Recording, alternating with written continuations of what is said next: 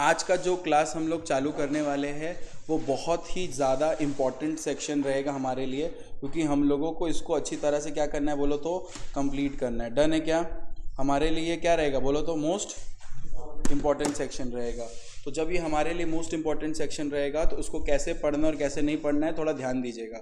सबसे पहले आज जो हम लोग पढ़ने वाले हैं वो हम लोग पढ़ने वाले दो डॉक्यूमेंट के बारे में, that is memorandum of association and article of association. दो डॉक्यूमेंट का नाम बताइए please. Memorandum of association and article of association. सबसे पहले हम लोग शुरू करने वाले हैं एक डॉक्यूमेंट से जिसका नाम क्या है, मेमोरेंडम ऑफ एसोसिएशन। अगर आपसे कोई पूछे मेमोरेंडम ऑफ एसोसिएशन क्या बताता है तो सिंपल सा भाषा में याद रखिएगा, जो कंपनी का मेमोरेंडम ऑफ एसोसिएशन है वो कंपनी का क्या बताता है बोलिए तो औकात बताता है कि कंपनी क्या कर सकता है, कंपनी क्या नहीं कर सकता है। अगर आपको किसी कंपनी के बारे में जानना है तो आपको क्या पढ़ना पड़ेगा, उसका memorandum of association and article of association. अगर मैं आपको बताऊं मेमोरेंडम ऑफ एसोसिएशन में कितना क्लॉज रहता है बोलिए तो 5 क्लॉजेस। कितना क्लॉजेस रहता है? 5 क्लॉजेस। कितना क्लॉज रहता है बोलो? 5 क्लॉजेस रहता है, जिसमें से सबसे पहला क्लॉज जो आता है वो आता है कौन सा बोलो तो नेम क्लॉज। कौन सा क्लॉज आता है बोलो? Name clause. अब हम आपसे कुछ डिस्कस करना चाहते हैं। कंपनी में जो मेमोरेंडम ऑफ एसोसिएशन है उसमें पहला क्लॉज क्या है बोलो तो नेम क्लॉज। इस क्लॉज में हम लोग कंपनी का क्या नाम रखे हैं वो पता चलता है, मतलब एक्चुअल में उसका नाम क्या वो नहीं, कि ये पता चलता है कि ये कंपनी अपने नाम के आगे प्राइवेट लिमिटेड लगाएगा कि लिमिटेड लगाएगा कि ब्रैकेट में करके ओपीसी लगाएगा। तो अगर हम लोग किसी कंपनी के मेमोरेंडम ऑफ एसोसिएशन को पढ़ लेते हैं, किसी कंपनी के क्या पढ़ लेते बोलिए, मेमोरेंडम ऑफ एसोसिएशन, तो हमको पता चल जाएगा कि उसके क्लॉज में, उसके नेम क्लॉज में वो क्या लिखेगा कि वो कौन सा कंपनी है, प्राइवेट लिमिटेड है कि लिमिटेड है कि ओपीसी है। डन है क्या? ये देखिए हमारे कंपनी का मेमोरेंडम ऑफ एसोसिएशन, ठीक है ना, आपको दिख रहा है, बड़ा सा हेडिंग दिख रहा होगा मेमोरेंडम ऑफ एसोसिएशन, जिसमें से नंबर 1 देखो क्या लिखा है, मैं पढ़ देता हूं आपके बिहाफ में। The name of the company is वॉयद paper technology India private limited. यानी कि आप अगर प्राइवेट लिमिटेड आप वो डालेंगे, पब्लिक लिमिटेड है तो लिमिटेड डालेंगे, 1% है तो ब्रैकेट में क्या डालेंगे, ओपीसी। तो नेम क्लॉज में हमको पता चलता है कि कंपनी कौन सा है। मेमोरेंडम ऑफ एसोसिएशन में कितना क्लॉज है बोलो? कितना क्लॉजेस है? 5 क्लॉज, जिसमें से पहला क्लॉज क्या है, नेम क्लॉज। नेम क्लॉज में आपको यह पता चलेगा कि कंपनी कौन से जात का है, प्राइवेट का है, पब्लिक का है कि 1% कंपनी का, आपको पता चल जाएगा। डन है क्या? फिर दूसरा क्लॉज आता है जिसको हम लोग सिचुएशन क्लॉज भी बोलते हैं। क्या बोलते बोलो? सिचुएशन, या फिर इसको और एक नाम से जाना जाता है registered office clause. Registered office clause. इसमें लिखा रहता है कंपनी किस स्टेट में रजिस्टर्ड है, एड्रेस नहीं लिखा रहता, किस स्टेट में रजिस्टर्ड है उसके बारे में लिखा रहता है। डन है क्या? किस स्टेट में रजिस्टर्ड है उसके बारे में लिखा रहता है। अगर आप देखेंगे, पास करना सबको, नंबर 2 में क्या लिखा है मेमोरेंडम का, मेमोरेंडम ऑफ एसोसिएशन नंबर 2 में क्या लिखा है देख। अबे तुम पगला है, नंबर 2 ऊपर वाला पॉइंट, साला नीचे पढ़ रहा है direct. State of West Bengal. देखो पहला पढ़ो, पॉइंट नंबर 1, क्लॉज का पॉइंट नंबर 1 क्या लिखा है देखो तो, नेम क्लॉज में लिखा हुआ है ना, नाम क्या कंपनी का ये। फिर देखो दूसरा क्या लिखा है, रजिस्टर ऑफिस क्लॉज में क्या लिखा है, क्या लिखा है, situated in West Bengal. Company का एड्रेस कहां है वो नहीं पता, कंपनी का एड्रेस क्या है वो नहीं पता, लेकिन कंपनी जिस स्टेट में रजिस्टर्ड है वो लिखना है। समझ आ रहा है? ये मेमोरेंडम ऑफ एसोसिएशन का तरीका होता है। डन है क्या? अच्छी तरह से मेमोरेंडम ऑफ एसोसिएशन का तरीका होता है। कितना क्लॉज हुआ बोल? कितना क्लॉज हुआ? एक्चुअल में कितना है? 5। एक्चुअल में कितना है? 5। तो नंबर 1 क्या हुआ, नेम क्लॉज। नंबर 2 क्या हुआ, सिचुएशन या रजिस्टर ऑफिस क्लॉज। जिस स्टेट में आपका कंपनी का रजिस्टर्ड ऑफिस है आप उस स्टेट का नाम लिख देते हो। इससे क्या होता है, हमको पता चल जाता है कि इसका आरओसी कौन होगा। डन है क्या? अच्छी तरह से। तो 2 क्लॉज हो गए, एक हो गया नेम क्लॉज, एक हो गया सिचुएशन क्लॉज। तीसरा क्लॉज बेटा तीसरा क्लॉज होता है कंपनी का ऑब्जेक्ट क्लॉज। ऑब्जेक्ट क्लॉज का मतलब होता है कि कंपनी का बेसिकली क्या धंधा होने वाला है, क्या बिजनेस करने वाला है, क्या ऑब्जेक्ट है उसका, वो पूरा एक्सप्लेन करता है कि वो क्या करेगा। सपोज करो हम खोले हैं company AJC classes, Ashwin Jaiswal classes. अब ये जो क्लासेस हम खोले हुए हम अपने, अगर मेरा कंपनी है तो हम अपने मेमोरेंडम में क्या लिखेंगे, एडुकेशन, और हम प्रॉपर एक्सप्लेन करेंगे कि हम क्या एडुकेशन देने वाले हैं, 11, 12 CA में क्या पढ़ाने वाले, सारा एक्सप्लेनेशन लिखा रहेगा। कौन से क्लॉज में बोलो तो ऑब्जेक्ट क्लॉज में। तो अब टोटल कितना क्लॉज होता है बच्चा लोग, 5 क्लॉज। टोटल कितना क्लॉज होता है, 5 clause. Number 1 name clause, number 2 situation clause, number 3 object clause. Number 3 क्या होता है बोलो, ऑब्जेक्ट क्लॉज, कि आपका कौन सा ऑब्जेक्ट है, क्या धंधा करने वाले हो, इसके बारे में कहां लिखा रहेगा बोलो तो ऑब्जेक्ट क्लॉज में।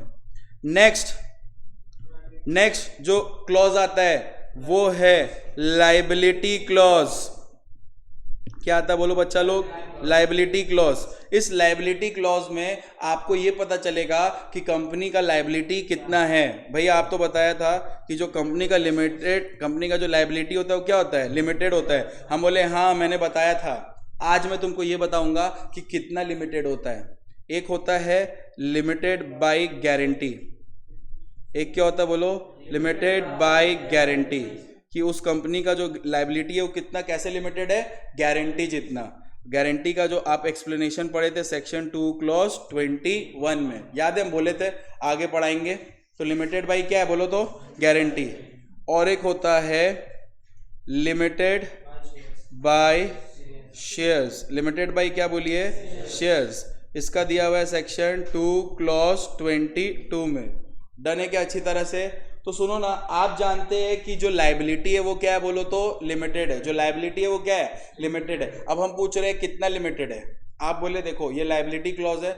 लायबिलिटी क्लॉज का आपको कंपनी में, अगर आप कंपनी में जो लायबिलिटी क्लॉज है उसमें लिखा रहता है कि कंपनी का लायबिलिटी लिमिटेड तो है, आपको बताना पड़ेगा किस सेंस में लिमिटेड है। एक है क्या बोलो तो लिमिटेड बाय गारंटी, दूसरा क्या है लिमिटेड बाय शेयर्स। डन है क्या। तो अभी तक कितने क्लॉज हो गया, क्या क्या। Number 1 name clause. Name clause में कंपनी का नाम लिखा रहता है कि वो प्राइवेट है, पब्लिक है कि ओपीसी है। नंबर 2 सिचुएशन क्लॉज, यानी कि रजिस्टर्ड ऑफिस क्लॉज। ये लिखा रहेगा कि कंपनी किस स्टेट में रजिस्टर्ड है, सिर्फ स्टेट का नाम। नंबर 3 कौन सा क्लॉज होता है बोलो, ऑब्जेक्ट क्लॉज। नंबर 3 कौन सा क्लॉज होता है, ऑब्जेक्ट क्लॉज, कि कंपनी का क्या बिजनेस है, ऑब्जेक्ट है। अब मेरा बात ध्यान से सुनो, यही जो ऑब्जेक्ट क्लॉज है ना, अगर आप इसी ऑब्जेक्ट क्लॉज के बाहर जाके कोई धंधा करते हो, बिजनेस करते हो, इसी को बोला जाता है beyond the power, beyond the scope, और इसी का नाम पड़ता है क्या बोलो, अल्ट्रा विरस। डन है क्या। अगर आप इस ऑब्जेक्टिव के अंदर करते हो तो उसको बोला जाता है इंट्रावीरस, लेकिन आप यही ऑब्जेक्टिव के बाहर जाके काम करोगे तो इसको क्या बोला जाएगा बोलो तो अल्ट्रावीरस। डन है क्या अच्छी तरह से। तो एक कंपनी का 2 इंपॉर्टेंट डॉक्यूमेंट होता है मेरा बच्चा लोग, एक होता है मेमोरेंडम ऑफ एसोसिएशन और एक होता है आर्टिकल ऑफ एसोसिएशन। जो मेमोरेंडम ऑफ एसोसिएशन होता है उसमें 5 क्लॉजेज होते हैं। उसमें कितने क्लॉजेज होते हैं, 5 क्लॉजेज, जिसमें से नंबर 1 क्या होता है बोलो, नेम क्लॉज, जिसमें कंपनी अपने नाम के बारे में डिटेल देता है कि वो प्राइवेट लिमिटेड है कि पब्लिक लिमिटेड है कि ओपीसी है। प्राइवेट होगा तो नाम के आगे क्या लगाएगा, प्राइवेट लिमिटेड। पब्लिक होगा तो क्या लगाएगा, लिमिटेड। ओपीसी होगा तो प्राइवेट लिमिटेड लिखेगा, लेकिन ब्रैकेट में क्या लिखेगा, ओपीसी। फिर एक तो क्लॉज होता है बोलो तो क्या, सिचुएशन क्लॉज, जिसको रजिस्टर्ड ऑफिस क्लॉज बोलते हैं। हम उसमें वो डिटेल देते हैं जिसमें हम कंपनी का मतलब जो स्टेट है जहाँ पे वो रजिस्टर्ड है वो बताते हैं। डन है क्या, जहाँ पे वो सिचुएटेड है। नेक्स्ट क्या बोलो तो ऑब्जेक्ट क्लॉज, कि वो क्या धंधा कर रहा है उसके बारे में बताते हैं। फिर आता है भैया लायबिलिटी क्लॉज। कौन सा क्लॉज आता है बोलो, लायबिलिटी क्लॉज, जिसमें हम कंपनी का लायबिलिटी बताते हैं। आइदर वो लिमिटेड बाय गारंटी होगा या लिमिटेड बाय शेयर। अब ये क्या होता है आज ही बताएंगे। नेक्स्ट और आखिरी क्लॉज, नेक्स्ट और आखिरी क्लॉज जो होता है वो होता है क्या बोलो, कैपिटल क्लॉज। इस क्लॉज में कंपनी अपना कैपिटल का डिटेल देता है कि वो कितना शेयर इशू करेगा, यानी कि ऑथोराइज्ड शेयर कैपिटल के बारे में बोलता है। ऑथोराइज्ड का मतलब औकात, इससे ज्यादा वो शेयर इशू नहीं कर सकता। इससे शेयर इशू बोलना गलत है, इससे ज्यादा वो कैपिटल रेज नहीं कर सकता।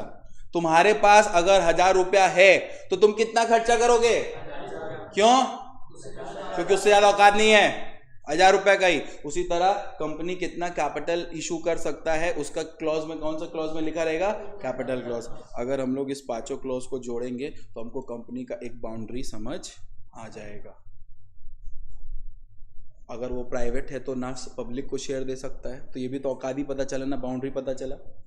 वेस्ट बंगाल में सिचुएटेड है तो किसको रिपोर्ट करेगा? वेस्ट बंगाल के आरओसी को।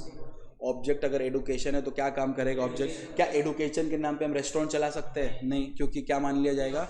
क्या मान जाएगा? Ultra Beerus. डन है क्या अच्छी तरह से? अच्छा, फिर आता है लायबिलिटी क्लॉज, जिसमें हमको पता चलता है कि उसका क्या लायबिलिटी है, किस जात तक लायबिलिटी है, कितना लायबिलिटी है, कितना लायबिलिटी नहीं है। डन है अच्छी तरह से। फिर आता है क्या बोलो तो? Capital clause. फिर क्या आता है बोलो? Capital clause. हमको पता चलेगा कंपनी का क्या कैपिटल है, कितना है। डन है क्या? अनलिमिटेड लायबिलिटी होता है, वो लायबिलिटी कंपनी का लिमिटेड नहीं होता है, वो स्पेशल कंपनी होता है जिसमें लायबिलिटी अनलिमिटेड होता है, जिसमें मेंबर को खुद को नहीं पता है क्या लायबिलिटी होता है। और उसमें बहुत नेटवर्किंग मार्केटिंग वाले जितने भी कंपनी होते हैं वो आते हैं, जैसे कि एमवे कंपनी है, वो सब कंपनी अनलिमिटेड होते हैं, वो यहाँ कवर नहीं होंगे, शेयर कैपिटल के चैप्टर में होंगे। डन है क्या अच्छी तरह से? क्लियर वो अच्छी तरह से? श्योर है? तो लायबिलिटी क्लॉज कितना तरह का होता है बोलो? मतलब लायबिलिटी दो तरह का होता है, आइदर आप लिमिटेड बाय गारंटी हो या लिमिटेड बाय शेयर्स हो। डन है क्या अच्छी तरह से? अब सुनो, अब एक कैपिटल क्लॉज होता है। अब क्या होता है? Capital clause. इसमें आपका सारा कुछ डिटेल रहता है। एक क्लॉज और होता है जो सिर्फ और सिर्फ ओपीसी के लिए होता है, जो सिर्फ और सिर्फ किसके लिए होता है? ओपीसी के लिए। यानी कि ओपीसी के लिए कितना क्लॉज होता है? 6, नॉर्मल के लिए 5, ओपीसी के लिए 6। तो जो आखिरी क्लॉज होता है उसी को हम लोग बोलते हैं नॉमिनी क्लॉज। क्या बोलते हैं? Nominee clause. ओपीसी वाला अपने मेंबर का नाम लिखता है, जो उसमें क्या बनने वाला बोलो तो? नॉमिनी बनने वाला, उसमें उसका क्या करता है? वो नाम लिखता है। डन है क्या? उसको हम लोग क्या बोलते हैं बोलो? Nominee clause. उसको हम लोग क्या बोलते हैं बोलो? Nominee clause. डन है क्या बच्चा लोग? डन है क्या? यस और नो बोलो। Sure sure sure. तो एक बात बताओ, एक कंपनी में कितना क्लॉजेज होते हैं? और स्पेशल केसेस में 6। स्पेशल केसेस मतलब ओपीसी में। अब मेरा बात ध्यान से सुनो, अगर हम फिर से तुमको बताएं कि मेमोरेंडम ऑफ एसोसिएशन में कितने क्लॉज होते हैं?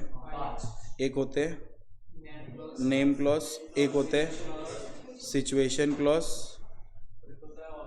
एक होता है ऑब्जेक्ट क्लॉज, एक क्लॉज होता है लायबिलिटी क्लॉज, और एक लास्ट होता है कैपिटल क्लॉज। नॉर्मली यही होता है सबका, लेकिन एक ओपीसी में हम लोग नॉमिनी क्लॉज ऐड करते हैं, कोई प्रॉब्लम इसमें नहीं है। अच्छा सुनो, हम तुमको क्या बताएं, तुम यहाँ पे देख पा रहे हो ये हम क्या लिख रहे हैं? Companies act. सबसे बड़ा कौन होता है? कंपनीज एक्ट को देख के ही हम लोग इंडिविजुअल कंपनीज मतलब सारे कंपनीज अपना क्या ड्राफ्ट करते हैं? Memorandum of association. और मेमोरेंडम ऑफ एसोसिएशन को ही देख के हम लोग ड्राफ्ट करते हैं अपना आर्टिकल ऑफ एसोसिएशन। डन है क्या?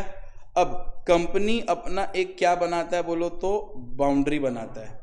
इसी बाउंड्री के अंदर हम लोगों को मेमोरेंडम ऑफ एसोसिएशन बनाना पड़ता है, और इसी मेमोरेंडम ऑफ एसोसिएशन के बाउंड्री के अंदर हम लोगों को अपना आर्टिकल ऑफ एसोसिएशन का बाउंड्री बनाना पड़ता है।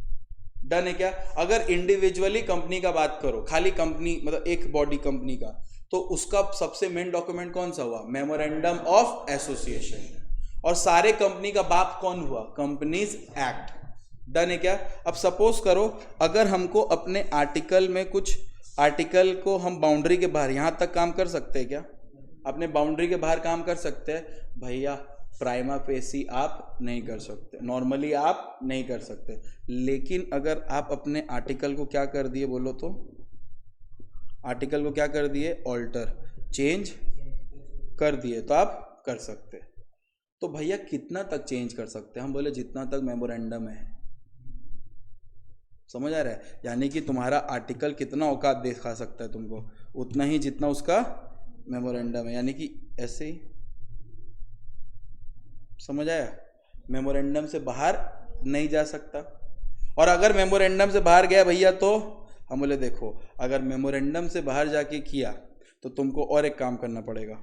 तुमको अब क्या करना पड़ेगा पता है? मेमोरेंडम को ऑल्टर करना पड़ेगा, यानी कि मेमोरेंडम का औकात बढ़ाना पड़ेगा। लेकिन भैया अगर आर्टिकल कंपनी का औकात बढ़ा के काम कर रहा है तो तुम जेल जाएगा, क्योंकि बड़ा कौन है?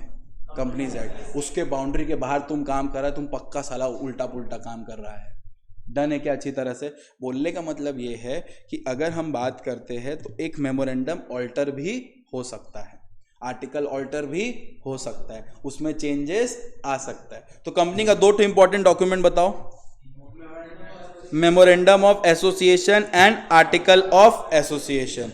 मेमोरेंडम का पहला क्लॉज कौन सा होता है? Name clause. पहला कौन सा होता है बोलो? Name clause. दूसरा सिचुएशन क्लॉज। दूसरा क्या होता है? Situation clause. तीसरा क्या होता है? Object clause. चौथा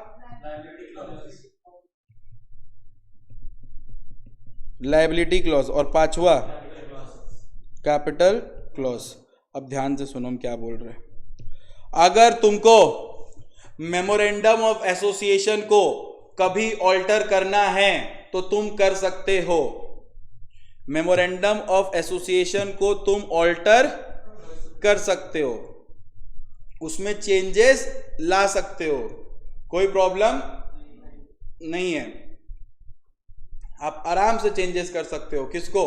मेमोरेंडम ऑफ एसोसिएशन को। भैया चेंज, ऑल्टर मतलब चेंजेस, कोई भी चेंजेस। अभी मेरा ऑब्जेक्ट क्लॉज था एडुकेशन, अब हमको उसको चेंज करके रेस्टोरेंट करना, कर सकते हैं? The answer is yes, you can alter your memorandum of association.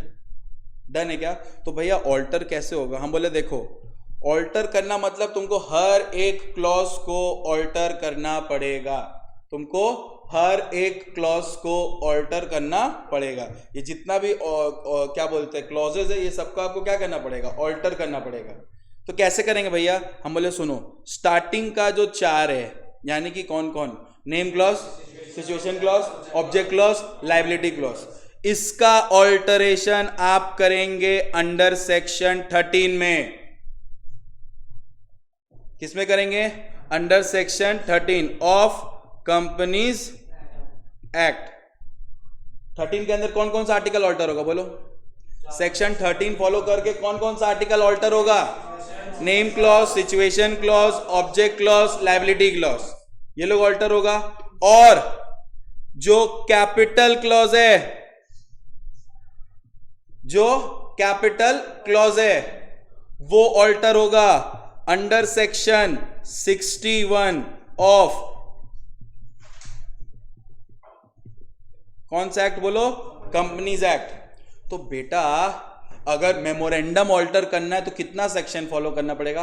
पूरा मेमोरेंडम अगर ऑल्टर करना है, पूरा 5 ऑल्टर करना है तो क्या फॉलो करना पड़ेगा? कितना सेक्शन? 2, एक सेक्शन 13 और एक सेक्शन। डन है क्या? अब सेक्शन 13 क्या बोलता है? ध्यान से सुनो। सेक्शन 13 बोलता है कि अगर आपको name clause, situation clause, object clause, liability clause चारों को ऑल्टर करना है तो बेसिक पहला स्टेप है, आपको पास करना पड़ेगा क्या बोलो? एसआर इन जीएम। चारों में कॉमन पॉइंट है, चारों को ऑल्टर करने के लिए क्या पास करना पड़ेगा बोलो? एसआर इन जीएम। एसआर मतलब जनरल मीटिंग, मतलब वो तो फुल फॉर्म है, शेयर होल्डर लोग का मीटिंग। भैया ऑल्टर करने के लिए ना हम लोगों को किससे पूछना पड़ेगा? शेयर होल्डर से। और शेयर होल्डर चेंज कर ले क्या? वो अगर एसआर पास कर दिया तो तुम चेंज कर सकते हो। और अगर कैपिटल क्लॉज ऑल्टर करना है आपको तब भी कौन सा सेक्शन फॉलो करना पड़ेगा? 61। लेकिन इसके लिए आपको लगेगा क्या बोलो तो? Ordinary resolution in general meeting. Clear है क्या गाइस? यस और नो? अभी ऑल्टरेशन पढ़ाएंगे, खत्म नहीं हुआ है, बाकी है। अभी एक एक तो तोड़ के बताएंगे कैसे ऑल्टर होगा, एक एक का स्टेप बताएंगे, लिखाना सिखाएंगे। डन है क्या अच्छी तरह से? तो सुनो ना, memorandum of association memorandum of association. अगर आपको मेमोरेंडम ऑफ एसोसिएशन ऑल्टर करना है, अगर आपको मेमोरेंडम ऑफ एसोसिएशन ऑल्टर करना है तो हम आपसे पूछते हैं एक मेमोरेंडम में कितना क्लॉज होता है? एक मेमोरेंडम में कितना क्लॉज होता है? 5 क्लॉजेस। कितना होता है बोलो? 5 क्लॉजेस। क्या क्या? Name clause, situation clause, object clause, liability clause, capital clause, जिसमें से पहला 4 जो है भैया वो ऑल्टर होगा अंडर सेक्शन 13 और जो कैपिटल क्लॉज है वो ऑल्टर होगा अंडर सेक्शन 61। डन है क्या? अब हम लोग ना एक एक को ऑल्टर करना सीखते हैं। अभी हम लोग ऑल्टर करेंगे किसको बोलो तो? सबसे पहले किसको ऑल्टर करने का सोचेंगे? Name clause. किसको ऑल्टर करोगे बोलो? Name clause. डन है क्या? किसको ऑल्टर करोगे? Name clause. स्टार्ट करें? अब ध्यान से देखो, अगर आप नेम क्लॉज को ऑल्टर करेंगे, अगर आप किसको ऑल्टर करेंगे बोलो? नेम क्लॉज को। तो देखिए नेम क्लॉज ऑल्टर करने के लिए क्या करना पड़ेगा आपको? नेम क्लॉज ऑल्टर करने के लिए आपको क्या करना पड़ेगा? ध्यान से देखिए और समझिए। अगर आपको नाम ऑल्टर करना है, एक कंपनी का जो नाम है वो ऑल्टर करना है, हम आपको लिखने का तरीका सिखा रहे हैं। मैट में लिखा हुआ है बट मैं आपको लिखने, बहुत जन को लिखने नहीं आता है, समझ आ रहा है लिखना कैसे है। हम बोले ब्रोकन इंग्लिश। क्या करना पड़ेगा? Broken English. सबसे पहले जो लिखना है पहले अपने दिमाग में समझो, इसका सेक्शन आता है क्या? तुमको आता है क्या? तो नेम क्लॉज का सेक्शन क्या होगा ऑल्टर करने का? हाँ, सेक्शन 13 ना। तो एक वर्ड तो हम लोग को याद हो चुका है कि हम लोग शुरू ही करेंगे आंसर किससे बोलो? According to section 13। According to section 13 of companies act. According to section 13 of companies act 2013। और तुरंत जाके हम लोग सेक्शन को क्या करेंगे? हाईलाइट कर देंगे। समझ आ रहा है? पहला स्टेप, लॉ लिखने से पहले जो तुम लिखने वाले उसका अगर सेक्शन आपको याद है तो पहले क्या रखोगे? सेक्शन। पहले क्या लिखोगे? सेक्शन। तो according to section 13 of companies act 2013। अब सुन लो लॉ, फिर लिखेंगे। हम बोले अगर तुमको नाम चेंज करना है किसी का, किसी कंपनी का अगर तुमको नाम चेंज करना है तो कर लो। किसी कंपनी का अगर तुमको नाम चेंज करना है कर लो, लेकिन नाम चेंज करने से पहले पास करो क्या बोलो? SR इन GM। वो तो भैया पहले बता दें। बोले हाँ। दूसरा अप्रूवल लो। क्या लो बोलो? अप्रूवल। अप्रूवल लो किससे भैया? बोले अप्रूवल लो किससे? अप्रूवल लो फ्रॉम सेंट्रल गवर्नमेंट। समझ आ रहा है? Approval from central government. You have to take approval from central government. Guys सुनो, नाम चेंज करना है, कौन सा सेक्शन? 13। सेक्शन कौन सा? 13। आपको नाम चेंज करना है, सेक्शन 13 फॉलो करिए। सेक्शन 13 ये बोलता है कि नाम चेंज करने के लिए आपको मेमोरेंडम ऑफ एसोसिएशन को ऑल्टर करना पड़ेगा, और ऑल्टर करने के लिए आपको क्या पास करना पड़ेगा? SR इन GM। SR इन GM मतलब vote in favour must be more than vote against. Vote in favour must be more than vote against. दूसरा क्या पास करना पड़ेगा? दूसरा क्या पास करना पड़ेगा बोलो? अप्रूवल लेना पड़ेगा किससे? Central government. तो हम क्या बोले? हम बोले vote in favour is 3 times than vote against. 3 times मतलब 75% मेजोरिटी। क्या हो रहा है? कुछ उल्टा पुल्टा बोल दिए। ओके ओके, साले पढ़ाए हम ही हैं, भूल गए तो क्या हो गया? समझ आ रहा है? अप्रूवल फ्रॉम क्या बोलो? Central government. अब सुनो ना, सेंट्रल गवर्नमेंट का अप्रूवल नहीं लगेगा।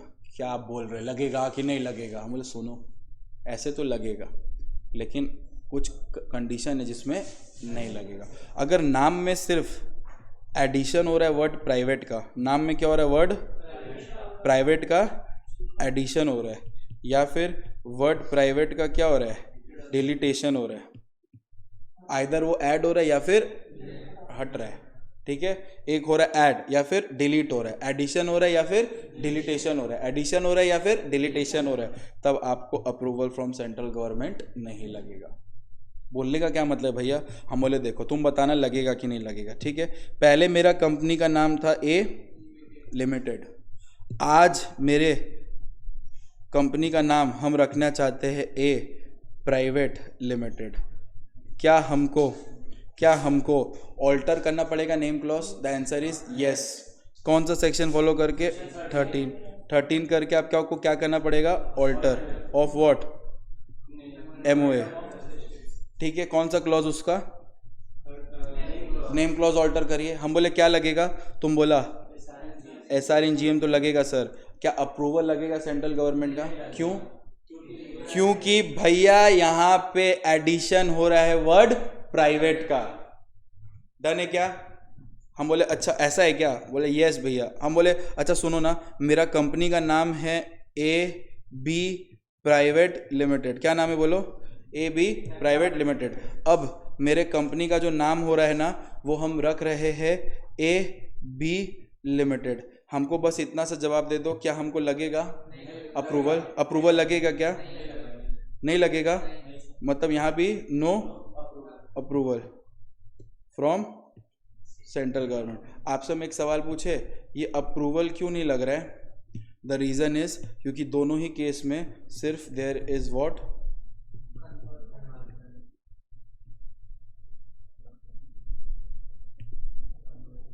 कंपनी का सिर्फ और सिर्फ कन्वर्जन हो रहा है, और कन्वर्जन के कारण उसका नाम चेंज हो रहा है। पहले पब्लिक से क्या हो रहा है? प्राइवेट, और दूसरे केस में प्राइवेट से पब्लिक। उस केस में आपको सेंट्रल गवर्नमेंट का अप्रूवल नहीं लगेगा। समझ आ रहा है अच्छी तरह से? अगर नाम में नॉर्मल नाम का देखो, नाम का चेंजेस करना है, अगर आपको नाम का चेंजेस करना है, अगर आपको क्या करना है बोलो?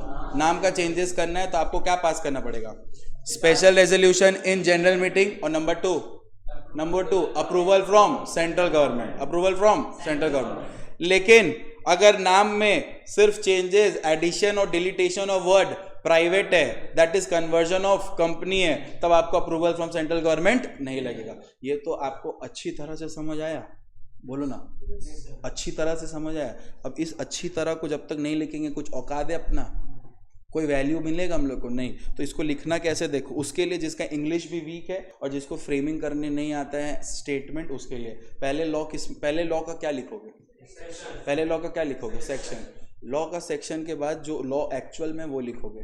तो according to section 13 of companies act 2013 क्या ऑल्टर करने आए हो? Name clause can be altered. Name clause can be altered by following certain, क्या बोलो? steps. It can be altered by following what बोलो?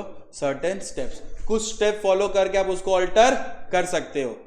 देख रहे हो, हम लॉ पढ़े, समझाए, अब देखो लिख कैसे रहे। हमेशा अपना आंसर को पॉइंट में लाओगे ताकि इंस्टीट्यूट को मार्क्स देने का जगह मिले। अब कॉपी सजा के लिखोगे, एकदम डैश की तरह भरे जा रहे हो, कुछ फिर फेल हो जाओ, ठीक है, बेटर है। तो सर्टेन स्टेप में नंबर 1 आता है, आपको पास करना पड़ेगा, बोलो SR इन GM। ऐसे लिखोगे मार्क्स नहीं देगा, आपको पूरा लिखना पड़ेगा पास। या फिर और अच्छा से लिखना है, जिसको देखो, जिसको कंपनीज एक्ट का आइडिया होने लग गया है, वो भयंकर हो गया है। सबसे पहले एकदम खुद से समझो, जब तक मीटिंग नहीं बुलाओगे स्पेशल रेजोल्यूशन पास करवा पाओगे नहीं। तो इसको कैसे फ्रेम करोगे? देखो ऐसे भी लिख सकते हो, कंडक्ट, क्या बोलो? Conduct what? General, conduct what बेटा? General meeting and pass what? Special resolution in, कहाँ पे बोलो? General meeting. कितना अच्छा लग रहा है ना? आंसर कितना अच्छा हो गया ऑटोमेटिक। आता था SR इन GM, तुम एहसान किया SR इन GM, ऐसे फ्रेमिंग करोगे। डन है क्या? Conduct general meeting and pass special resolution. Resolution मतलब जानते हो?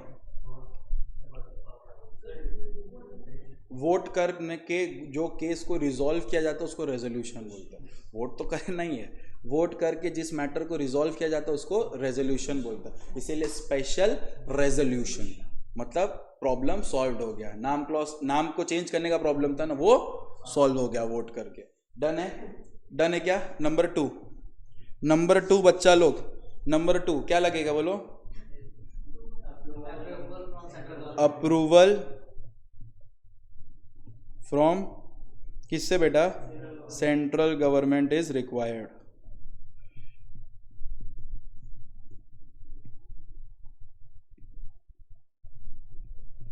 अप्रूवल फ्रॉम किससे रिक्वायर्ड बोलो? Central government is required. नाम चेंज करना है, अप्रूवल ले लो, ठीक है ना।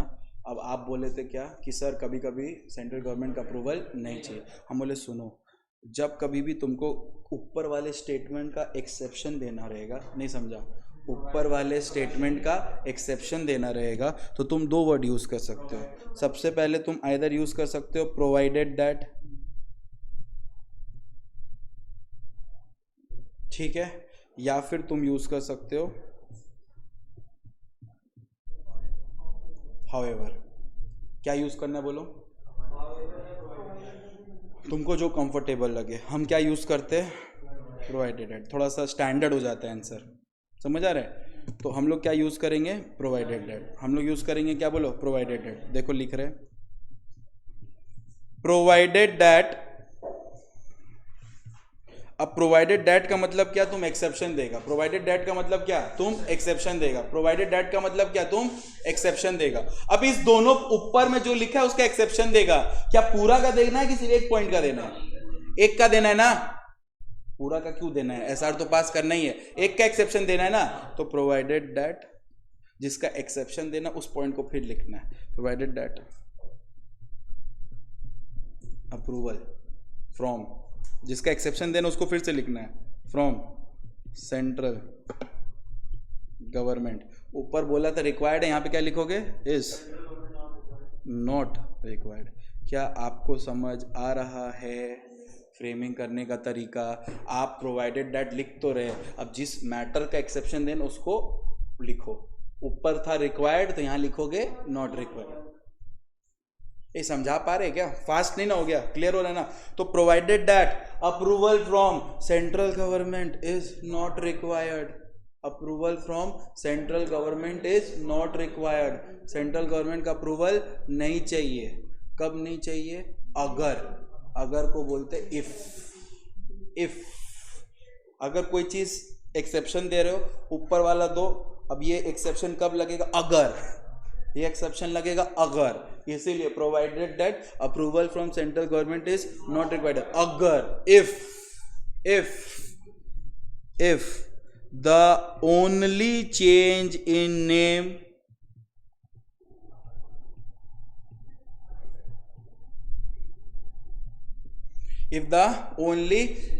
in name is बोलो addition or deletion of word, कौन सा? उसको फ्रेम करके लिखोगे प्राइवेट। समझ आ रहा है? डन है क्या? Addition or deletion of word private. जिसका अनेक शब्द के एक शब्द होता है ना, नहीं सुना? इतना सारा नहीं बोल के एक शब्द बताओ, तब हम लोग यूज करते हैं that is. That is use करने का क्या पावर होता है? जब आप अनेक शब्द का एक शब्द बताने वाले हो, जब आप उसका एक मीनिंग बताने वाले हो एकदम छोटा में, दैट इज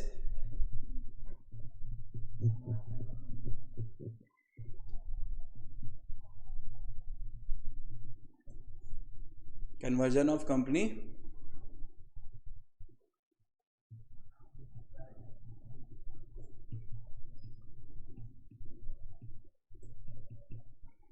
क्या आंसर अच्छा लग रहा है? कंप्लीट लग रहा है? कोई बोलेगा कि 2 पॉइंट को हम लोग इतना चीर फाड़ करके बड़ा कर सकते हैं? समझ आ रहा है? ऐसा लिखोगे तो इंस्टीट्यूट मार्क्स देगा। समझ आ रहा है? बड़बड़ करोगे, खाली के आसान करोगे उस पर लिख के, तो फिर छोड़ देना। फिर 40 लाएगा, 30 लाएगा, 35 लाएगा, फिर किसको गाली देगा? इंस्टीट्यूट को। इंस्टीट्यूट मार्क्स नहीं देता ही तो तुम लिखते भी नहीं हो। वैसा आराम से 5 मार्क्स का आएगा।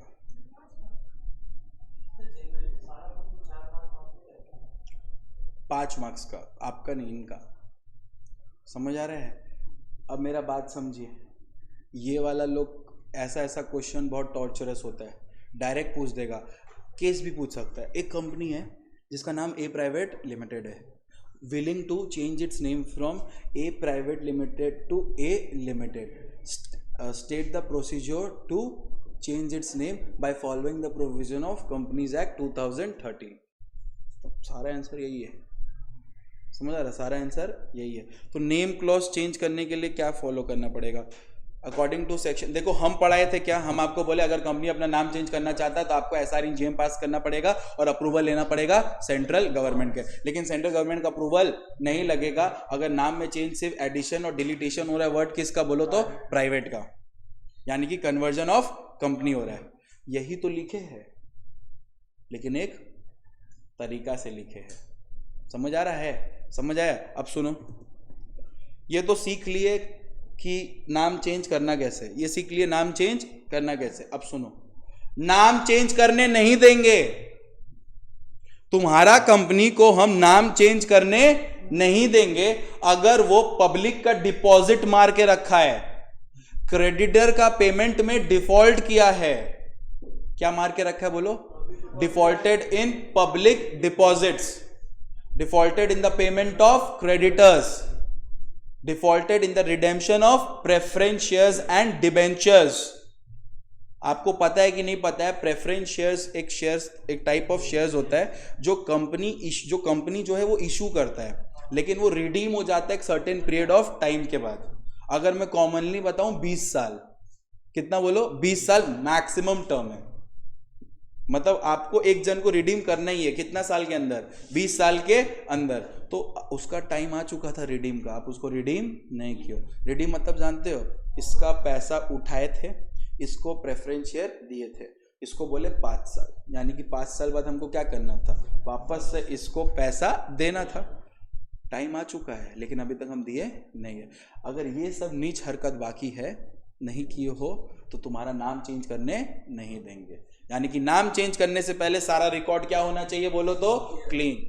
सारा रिकॉर्ड क्या होना चाहिए? क्लीन होना चाहिए। डन है क्या बच्चा लोग? यस और no?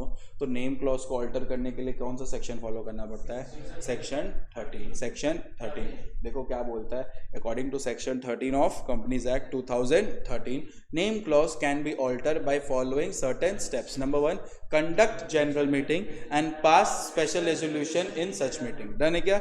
Approval from central government is required, provided that approval from central government is not required if the only change, अगर नाम में खाली change, only change in name of the company is addition or deletion of word private, that is conversion of company into from one class to another class. Done है क्या? Name clause अच्छी तरह से clear हो गया ना? याद हो गया ना? डन है क्या? ओके। नेक्स्ट, अभी कौन सा क्लॉज ऑल्टर किए हो? अब ऑल्टर करेंगे हम लोग कौन सा क्लॉज बोलो तो? Situation clause. इसके लिए आप मेरा हाथ मत छोड़ना, मतलब बैठे रहो, मतलब समझते चलना। डन है क्या? अब ध्यान से देखो, बहुत ज़्यादा इंपॉर्टेंट, जिसका नाम क्या बोलो तो? Situation clause. सिचुएशन क्लॉज को और एक नाम से जानते हैं, आप बता सकते हैं कौन सा क्लॉज के नाम से जानते हैं इसको? कौन से नाम से जानते हैं इसको बोलो? Registered office clause.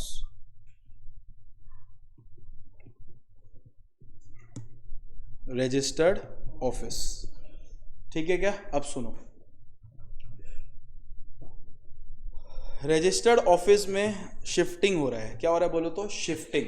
शिफ्टिंग का मतलब समझते हो? एक जगह से दूसरे जगह हो रहा है, एक जगह से दूसरे जगह हो रहा है। For example,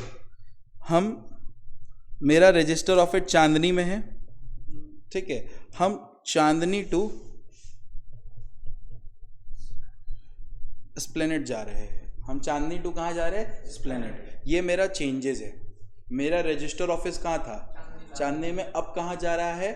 Esplanade. क्या शिफ्टिंग हो रहा है? यस और नो? यस भैया, शिफ्टिंग ऑफ रजिस्टर ऑफिस हो रहा है। शिफ्टिंग ऑफ रजिस्टर ऑफिस हो रहा है। There is a difference between shifting of register office and alteration of register office. अभी शिफ्टिंग हो रहा है। अभी क्या हो रहा है? शिफ्टिंग। प्लेस हो रहा है लेकिन ऑल्टरेशन नहीं हो रहा है। बोलो क्यों? क्योंकि स्टेट तो वही है, क्योंकि रजिस्टर क्लॉज में हम लोग स्टेट लिखते हैं। जिस दिन स्टेट चेंज होगा उस दिन मेमोरेंडम ऑल्टर होगा। ये शिफ्टिंग हो रहा है, लेकिन पता है शिफ्टिंग के लिए भी आपको आरओसी को बताना पड़ेगा। क्योंकि एड्रेस चेंज हो रहा है ना, एड्रेस तो चेंज हो रहा है ना, तो आरओसी को शिफ्टिंग के बारे में बताओ। तो बच्चा एक बात बताओ, यहाँ पे जो चांदनी से हम लोग कहाँ जा रहे हैं, एस्प्लेनेड, कहाँ जा रहे हैं बोलिए, चांदनी से एस्प्लेनेड। तो बेसिकली हम बोल सकते हैं कि there is a shifting, yes और नो बोलो, there is what, shifting, there is what बोलो, शिफ्टिंग, शिफ्टिंग ऑफ व्हाट बेटा, shifting of registered office, yes और नो बच्चा, शिफ्टिंग ऑफ क्या हो रहा है बोलो, रजिस्टर्ड ऑफिस हो रहा है, शिफ्टिंग ऑफ रजिस्टर्ड ऑफिस हो रहा है। अब ये जो शिफ्टिंग ऑफ रजिस्टर्ड ऑफिस हो रहा है ना, ये जो शिफ्टिंग ऑफ रजिस्टर ऑफिस हो रहा है ना, ध्यान दीजिएगा, ये जो शिफ्टिंग हो रहा है, ये शिफ्टिंग हो रहा है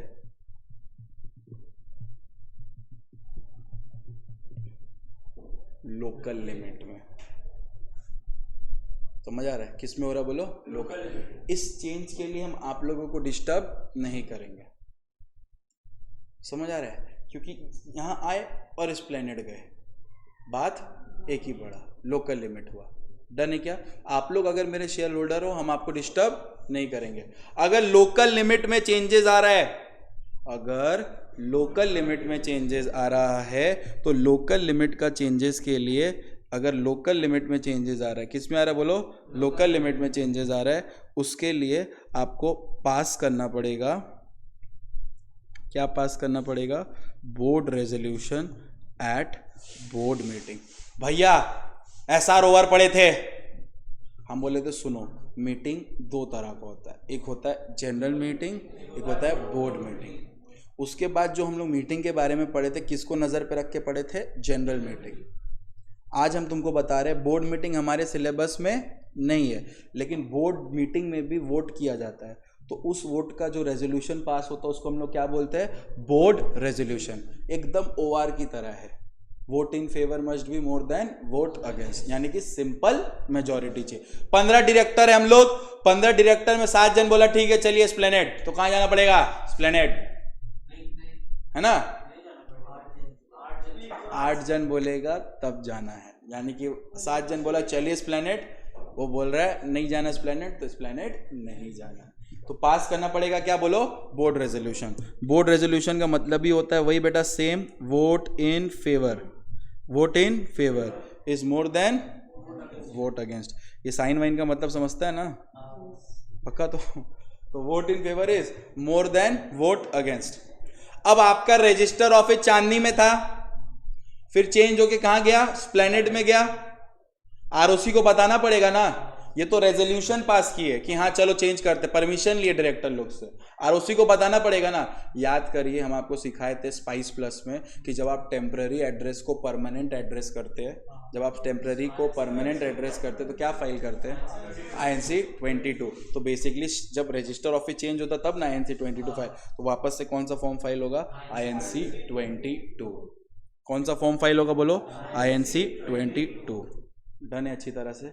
अब इसको लिखना कैसे भैया, अगर आगे एग्जाम में आ गया शिफ्टिंग हो रहा है लोकल अथॉरिटी में, तो देखिए आप लिखेंगे, लिखा हुआ है, तुम लोग को मेरा लैंग्वेज इजी लग रहा है क्या, ठीक है, देखो लिखा हुआ है, फिर भी हम बता रहे हैं कैसे लिखना है, सीधा यूज करना है आपको एकदम प्रॉपर वे में। इफ देयर इज क्या बोलो, शिफ्टिंग ऑफ क्या बोलो, registered office with in local limit, with in local limit, with in local limit. Number 1 दोगे फिर से, देखो अब BA में तो कंडक्ट क्या करना पड़ेगा, वेरी गुड, कौन बोला, रिया बोली, conduct what, board meeting, board meeting conduct करो और क्या पास करो, and pass what, and pass what, board resolution. ये तुम लोग को ये सब फायदा दे रहा है कि खाली मेहनत करवा रहे, लिखने का तरीका फायदा दे रहा है ना। एग्जाम में खाली मेरा मैट कीवर्ड से भरा हुआ है, जो तुमको लिखना है वो लोग मार्क्स देगा, लेकिन लिखने का एक तरीका होता है, conduct what, board meeting, conduct what बेटा, board meeting and pass board resolution. Number 2, फिर इन्फॉर्म किसको, मम्मी को, पापा को, किसको, इन्फॉर्म ROC, कितना दिन में पता है, 30 दिन में, विद इन 30 डेज। अब सुनो, ये 30 दिन कहाँ से भैया, जिस दिन रेजोल्यूशन पास किया, बोर्ड रेजोल्यूशन पास किया ना, वहां से 30 दिन। नहीं समझा? बोर्ड रेजोल्यूशन पास हुआ, परमिशन मिल गया, तो वहां से 30 दिन के अंदर किसको बता दो, आरओसी को। Within inform ROC within 30 days. हम लिखा दे रहे एक बार, फ्रॉम द डेट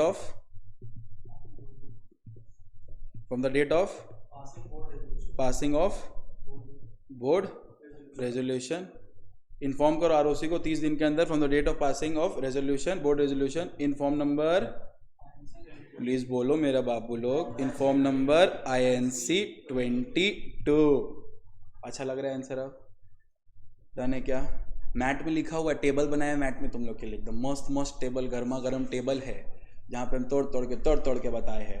अच्छा एक बार एक रिक्वेस्ट होनेगा मेरा, एक बार हम लोग लिखे थे ना नेम क्लॉज, हम लोग नेम क्लॉज लिखे थे ना, एक बार बुक में नेम क्लॉज पढ़ो ना, बुक वाला नेम क्लॉज पढ़ो ना, खाली बुक में नेम क्लॉज है ऑल्टरेशन का। नितेश ऑल्टरेशन वाला पढ़ो बेटा, जहाँ था उसके नेक्स्ट पेज में जाओ।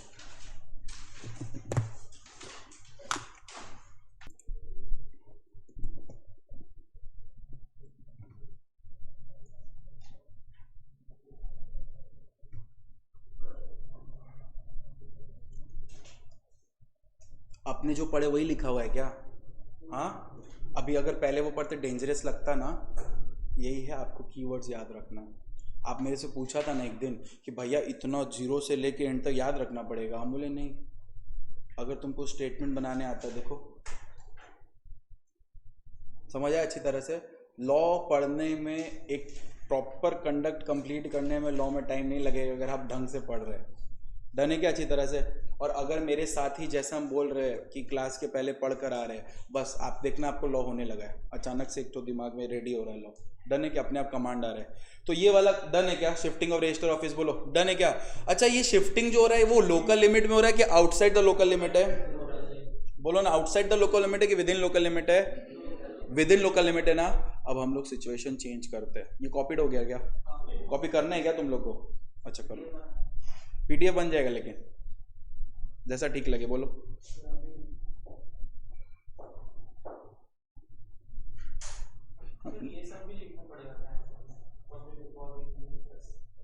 मार्किंग करेंगे, पढ़ाने दे। तुम लोग से बात भी था, तुम लोग का बुक भी देना है। हम लोग कंपनी लॉ साथ कर रहे हैं, फिर अलग हो जाएंगे हम लोग सब, क्योंकि जो CMA वाला आप CMA जैसा पढ़ाएंगे ना, समझ आ रहा है ना? शिफ्टिंग करेंगे अब, लेकिन जो सेम है एकदम टॉपिक सेम है, 0 to एकदम 0 सेम है, सब पढ़ेंगे। समझ आ रहा है? क्योंकि CMA वाला को ज़्यादा मेहनत नहीं करना है कंपनी लॉ में, जो इंपॉर्टेंट टॉपिक्स उन लोगों को वही है। अब तुमको हम डिपॉजिट पढ़ाएंगे, पब्लिक डिपॉजिट चार्ज, इन लोग को नहीं पढ़ना है, काहे को मेहनत करेगा फालतू का। इन लोग को जो एग्जाम में आएगा वो पढ़ाएंगे, तुम्हारा भी वही जो है वो आएगा, लेकिन एक्स्ट्रा ज्ञान देने का जरूरत इन लोग को नहीं है। जो तुम लोग 5 क्लास पढ़ेगा, वो 5 क्लास को ये लोग मिला के सिर्फ 1 दिन पढ़ेगा, मिसलेनियस टॉपिक्स बोल के, समझा? प्रेशर नहीं लेना।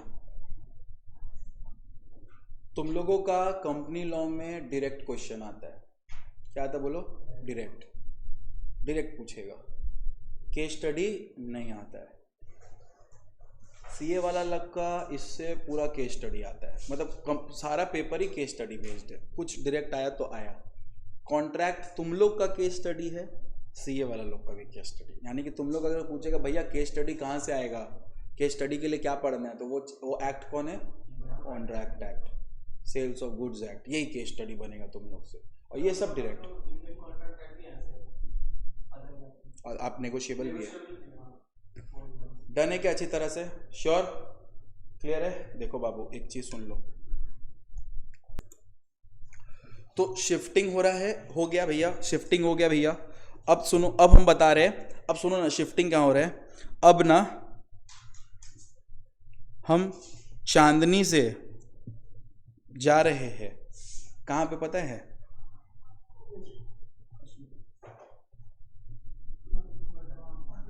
Kashmir.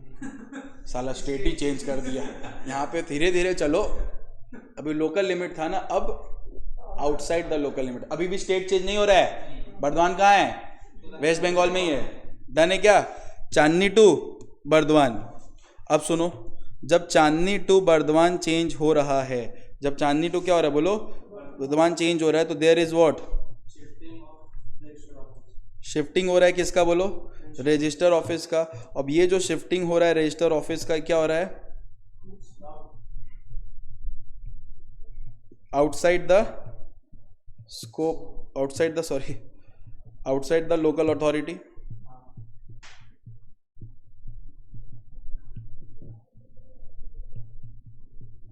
Outside the local, agree करते हो कि नहीं करते हो, अग्री करते हो कि नहीं करते हो? पहले था यहाँ पे चांदनी में, जा रहा है बर्दवान। अब हमको तुम लोग से पूछना जरूरी है कि नहीं है, वो बोलो ना, जरूरी है कि नहीं है?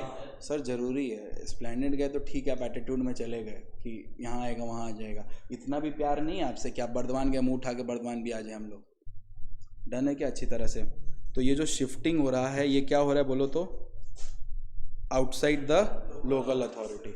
अब कीवर्ड्स क्या बोलता है? कीवर्ड्स बोलता है कि अगर आपको शिफ्टिंग करना है आउटसाइड द लोकल अथॉरिटी, आपको पहला स्टेप फिर से क्या लगेगा, पहले क्या लगेगा, बोर्ड रेजोल्यूशन एट बोर्ड। पहले बोर्ड रेजोल्यूशन तो पास करो, पहले डायरेक्टर लोग तो खुद राजी हो जाए जाने के लिए। हम लोग साला उसमें से 3 टीचर है, सपोज करो, एक टीचर बोल रहा है हम जाएंगे, 2 बोल रहा नहीं जाएंगे, तो हम लोग क्या करेंगे, हम क्या करेंगे जाके उधर? पहले डायरेक्टर लोग तो राजी हो जाए जाने के लिए, तब ना शेयर होल्डर से डिस्टर्ब करो। तो डायरेक्टर लोग राजी हो गए, बोले हाँ हाँ चलो चलो चलो चलो डन चलो, तो फिर पूछो किससे, बोलो तो किससे पूछो, SRNGM मतलब किससे पूछो, शेयर होल्डर लोग से पूछो। अब एक तो तुमको एकदम सीक्रेट बता रहे हैं, ये SR की एक गर्लफ्रेंड है, SRNGM की कौन, एक गर्लफ्रेंड है, याद रखना हमेशा, जो भी होने वाली वाइफ होने वाली है। मतलब जब जब SRNGM पास होता है ना, तब तब आपको ROC को बताना पड़ेगा, ROC SR पास हुआ है, समझ आ रहा है अच्छी तरह? मतलब वो उसकी वाइफ है। SR जब भी आता है तो किसको बताता है? हाँ, इसीलिए तभी बता रहे हैं, चीज़ों को समझो क्यों बता रहे हैं, हर एक चीज़ का एक वक्त होता है। तो अब सिर्फ ऊपर ही नहीं, जहाँ जहाँ SR, वहाँ वहाँ MGT 14, वहाँ वहाँ MGT 14। ये कौन है गाली है सर? ROC को इन्फॉर्म करने के लिए क्या जमा करना पड़ता है, फॉर्म। क्या जमा करना पड़ता है, फॉर्म। रुक जाओ, ध्यान से सुनो, पहले क्या पास करो, पहले क्या पास करो, पहले बोर्ड लोग आपस में डिसाइड कर लो, चलो बुलावा आया है, यहां से वहां जाना है, चलो। हम बोले ठीक है चलो। अब किससे पूछना है, फाइनल अप्रूवल किसका है? क्योंकि हम लोग जाके भी क्या करेंगे जब मेरा शेयर होल्डर ही नहीं जाएगा, हम अपना ट्यूशन शिफ्ट करें बर्दवान में, ठीक है आ जाना, नहीं आएंगे सर, जाइए आप वहीं रहिए। तो हम अकेले जाके क्या करेंगे जब आप नहीं आएंगे? तो I need your approval, I need your approval. अब सुनो, you if you want, I want to take your approval, I have taken approval by passing what, SRNGM। तो पॉइंट क्या है ना, SR हमेशा जब भी आता है तो उसको बताना पड़ता है, वो हमेशा साथ जाता है ROC के साथ, नहीं समझा? जब जब SRNGM पास होगा, ध्यान से सुनो, पहले ध्यान से सुनो, SRNGM जिस दिन पास हुआ वहां से हमेशा कितना दिन के अंदर, 30 दिन के अंदर आपको फॉर्म फाइल करना है, MGT 14।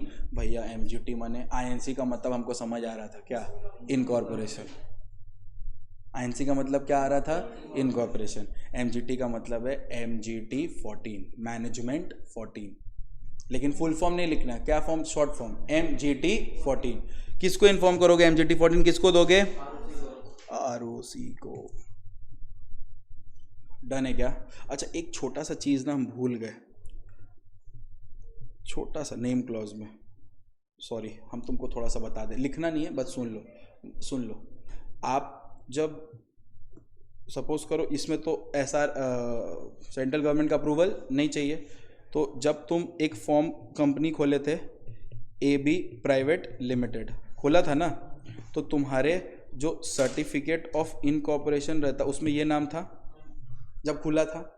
आज तुम अपना नाम चेंज कर दे रहे हो, क्या कर दे रहे हो, BA लिमिटेड, नाम ही चेंज कर दे रहे हो अपना। तो अब इसके लिए तो तुमको नया सर्टिफिकेट ऑफ इनकॉर्पोरेशन लगेगा ना, ये इनकॉर्पोरेशन से तो नहीं चलेगा, नहीं समझ आ रहा है? नाम चेंज हो गया तो चेंज तो करना पड़ेगा ना आपको हर डॉक्यूमेंट। अगर तुम अपना नाम चेंज करने का डिसीजन लेते हो तुमको हर चीज़ चेंज करना पड़ेगा, बर्थ सर्टिफिकेट, रिजल्ट, सबका एक कॉपी, एफिडेविट सब कराना पड़ेगा। डन है ना। तो नाम चेंज करने के लिए आपको अप्लाई करना पड़ेगा। क्या करना पड़ेगा, मतलब नाम चेंज हो गया, अप्लाई करना पड़ेगा न्यू सर्टिफिकेट ऑफ इनकॉर्पोरेशन के लिए। You have to apply for new certificate of incorporation. पुराना में तो पुराना नाम था, नाम चेंज हो गया, नया सर्टिफिकेट चाहिए ना। तो नया सर्टिफिकेट के लिए आप अप्लाई करेंगे फॉर्म नंबर INC 24 में, अपने मैट में लिखा हुआ है, अपने नेम क्लॉज के मैट में लिखा हुआ है। किस फॉर्म में अप्लाई करेंगे बोलो तो INC 24 में, और वो आपको नया सर्टिफिकेट ऑफ इनकॉर्पोरेशन देगा INC 25 में। बस ये भूल गए थे हम, ठीक है क्या। अच्छी तरह से आप नया सर्टिफिकेट के लिए अप्लाई करेंगे किस में, 24 में, वो आपको नया देगा किस में, INC 25। बस ये बताना, डन है क्या। हाँ अच्छा लिखवा दे रहे, एक बार ये रिदम चल खत्म कर ले फिर लिखवा दे रहे पक्का। BR एट BM, SR इन GM 30 दिन के अंदर क्या पास कर दो, MGT 40, मतलब 30 दिन के अंदर ROC की इन्फॉर्म कर दो, कौन सा फाइल करके, MGT 14। तो भैया जहां जब SR तब MGT 14 किसको देना है, कितना दिन में, कितना दिन में, 30 दिन में। डन है क्या। ये हुआ कीवर्ड्स, ये क्या हुआ बोलो, कीवर्ड्स। अब सुनो, यहां भी तो रजिस्टर ऑफिस चेंज हो रहा है, तो एक और फॉर्म फाइल होगा, बताओ तो कौन सा, INC 22। अगर उधर हो रहा है तो यहाँ भी तो होगा ना। रजिस्टर ऑफिस चेंज होते ही आपको INC 22 कब आ जाएगा, जैसे ही रजिस्टर ऑफिस चेंज होगा। जैसे ही रजिस्टर ऑफिस चेंज होगा वैसे ही INC 22 आ जाएगा। डन है क्या, डन है क्या, डन है क्या, डन है क्या। तो इसको कैसे लिखना है, खुद से लिखोगे कि लिखवा दे। देखो ये हुआ कीवर्ड्स, भैया आप इतने ही पढ़ाता है खाली, हाँ यही पढ़ाता हम। अब इसी को बड़ा करके लिख लेना, तुरंत आंसर बड़ा हो जाएगा। कैसे होगा, अगेन वही, if shifting of register office, if there is shifting of register office, if there is shifting of register office। देखो अच्छा लास्ट क्लास का वीडियो नहीं दिया था ना बाबू, ठीक है। आज ऐप डाउनलोड हो जाएगा, मैं आपको लिंक भेजूंगा, डाउनलोड कर लेना, आज ही हो जाएगा। उसमें अब सारा देंगे, ठीक है ना। एक वीडियो पे 4 व्यू रहेगा, एक्सटेंशन कर लेना आके अगर लगा तो। सब है नहीं, किस में, वो नहीं है, वो अनलिमिटेड है, ठीक है ना। लेकिन 4 व्यू काफ़ी है, हम तो बोल रहे तुमको, ओपन बोल रहे, अगर तुमको लगा एक्सटेंशन चाहिए आना कर देंगे, ठीक है ना। वो ऐप का भी एक लिमिट होता है व्यू का, नहीं समझा, एक बार में एक लिमिट होता है, 4 व्यू काफ़ी है। अगर तुमको लगा, हाँ पहले मैंने सब अपलोडेड है, सारा का सारा, तो उसमें तुम्हारा नाम के साथ है, मतलब टॉपिक्स भी है कि तुमको ढूंढना ना पड़े। जैसे जिस क्लास में जो पढ़ा है, जैसे आज सेक्शन 13 पढ़ा है तो ब्रैकेट में जैसे कंपनीज एक्ट पार्ट नंबर 6 और ब्रैकेट में लिखा रहेगा 13 स्पाइस, सेक्शन 8 क्या पढ़ा है उस सब, जिससे क्या होगा तुम जहाँ अटका वो तुरंत देख लेगा। डन है क्या। तो if there is shifting of registered office outside the local authority, क्या पास करना पड़ेगा, पहले क्या, बोर्ड मीटिंग मतलब कंडक्ट कराओ, मीटिंग कंडक्ट कराओ, ये इंग्लिश याद रखो, conduct what, conduct board meeting,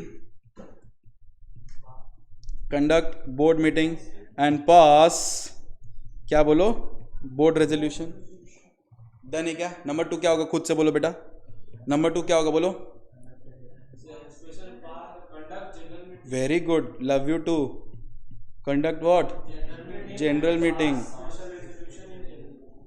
and pass special resolution. अब इन जनरल मीटिंग नहीं भी लिखोगे चलेगा, क्योंकि जनरल मीटिंग कंडक्ट लिख चुकी हो ना, चलेगा। तो pass what, special resolution, full stop देख के यहाँ कंटिन्यू करना है। Once special resolution is passed, किसको इन्फॉर्म करना है, इन्फॉर्म ROC, इन्फॉर्म ROC, कितना दिन में, विद इन 30 डेज। अब तुमको बताना पड़ेगा ना बेटा 30 डेज कहाँ से, within 30 days from the date of, very good, within 30 days from the date of passing of what, special resolution. Inform number,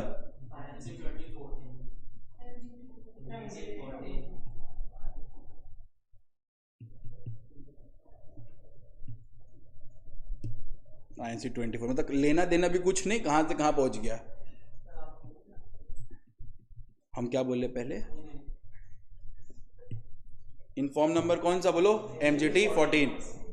और बाबू सुनो ना, थर्ड वाला एकदम सेम रहेगा, ये वाला कहाँ गिरे, ये वाला। अब सुनो सुनो पहले सुन लो, सेम मतलब ये जो फर्स्ट में लिखे थे ना, फिर थर्ड स्टेप क्या है, inform ROC within 30 days from the date. देखो अब चेंज हो जा रहा है, ठीक है, चेंज हो जा रहा है। अब क्या करना है आपको, इन्फॉर्म करना ROC को relating to what, shifting of register office change हो रहा है, inform ROC about shifting of register office, about shifting of register office within 30 days, inform number within 30 days। सुनो विद इन 30 days, अब तुमको बताना पड़ेगा 30 days कहां से। यहां पे फाइनल अप्रूवल क्या है, फाइनल, फाइनल मतलब जो मेन था, स्पेशल रेजोल्यूशन ना, जिसके बिना नहीं होता। तो यहां पे INC 22 फाइल होगा 30 दिन कहां से, from the date of passing special resolution. यहां पे इंपॉर्टेंट था बोर्ड रेजोल्यूशन, इसीलिए बोर्ड रेजोल्यूशन था। और यहां पे वो क्या रहेगा, स्पेशल। लिखवाई दे, ठीक है, लिख लो लिख लो।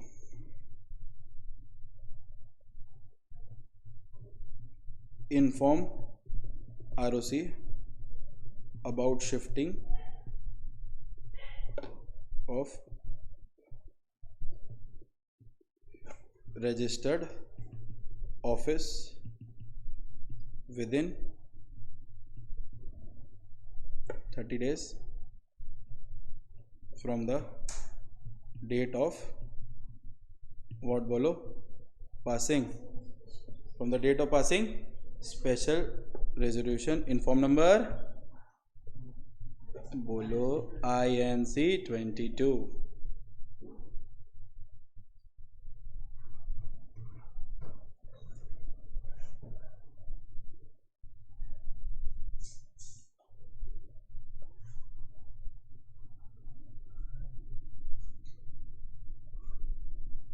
डन है क्या बच्चा लोग, यस और नो बोलो, कर लेंगे क्या एग्जाम में पक्का।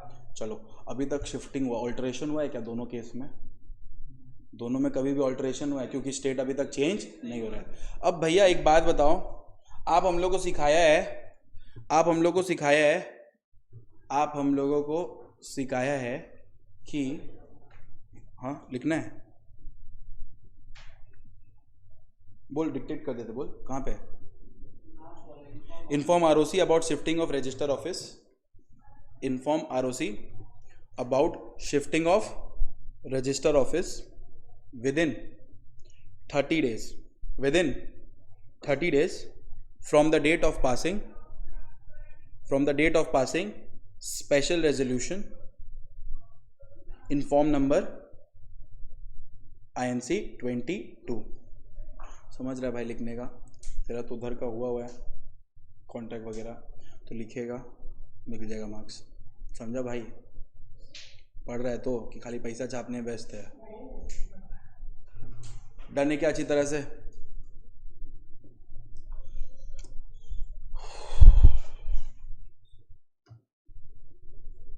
डन है बेटा। अब ना थर्ड वाला तुम लोग लिखेगा, हम सिर्फ कीवर्ड बोलेगा, जिस तरह हम यहाँ बोलता था ना, ये वाला हम बोला था कि नहीं, अब तुम लोग लिखेगा। क्यों नहीं, इसमें नहीं, डन है क्या। चलो इसमें रजिस्टर ऑफिस कहाँ चेंज हो रहा है सर, है ना, डन है अच्छी तरह से, पूरा चीज क्लियर हुआ एकदम, कोई भी तरह का डाउट है। अब हम सिर्फ कीवर्ड बताएगा, अब तुम लोग बताना, ठीक है। हम आपको याद है बोला था, रजिस्टर ऑफिस ही लास्ट टॉपिक है, मन से पढ़ लो। हम आपको बोला था कि एक स्टेट में कितना ROC रहता है, एक, लेकिन हम आपको एक्सेप्शन बताता है, दो स्टेट है जहां पे एक ROC से 2 ROC रहता है, मतलब जहां कोविड स्टेट्स में है, तो उसको हमेशा से अब कोविड स्टेट्स बोलने लगा हूं, क्योंकि कोविड हमेशा वहीं फैलता था, ठीक है ना। तो 2 स्टेट, एक महाराष्ट्र और एक तमिलनाडु। अब ध्यान से सुनो, पहले हम तुमको एक्सप्लेन कर दे रहा, फिर बात करता है। ये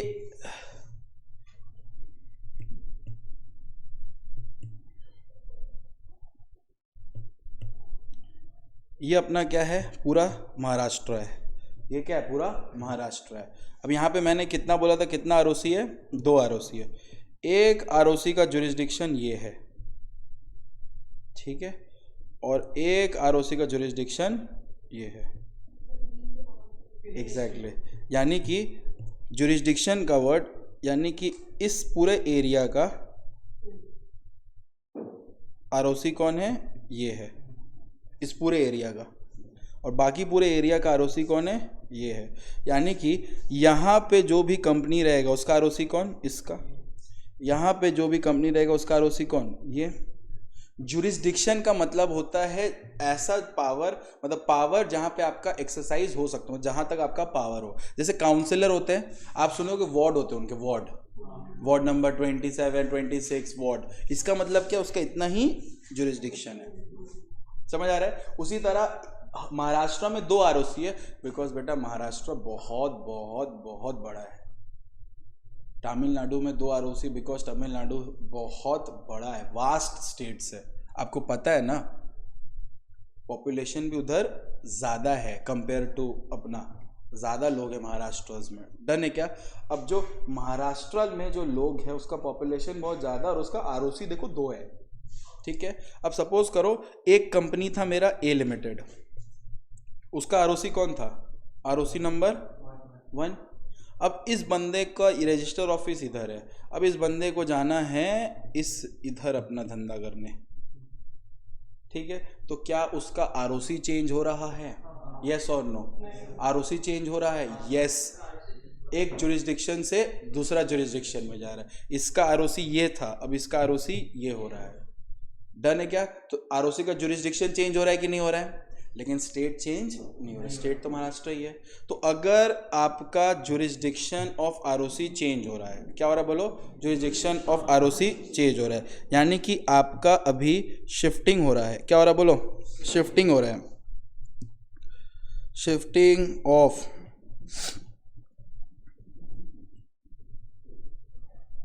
रजिस्टर्ड ऑफिस कहाँ से कहाँ हो रहा है, from 1 ROC to another ROC, एक आरओसी से अनदर आरओसी। और आपको पता है सिर्फ 2 स्टेट है जिसमें ऐसा हरकत हो सकता है। कौन सा 2 स्टेट है बोलो, महाराष्ट्र एंड तमिलनाडु। एक स्टेट है महाराष्ट्र और एक स्टेट कौन है बोलो, तमिलनाडु। डन है क्या, डन है क्या, from 1 ROC to another ROC. अब ध्यान से सुनो,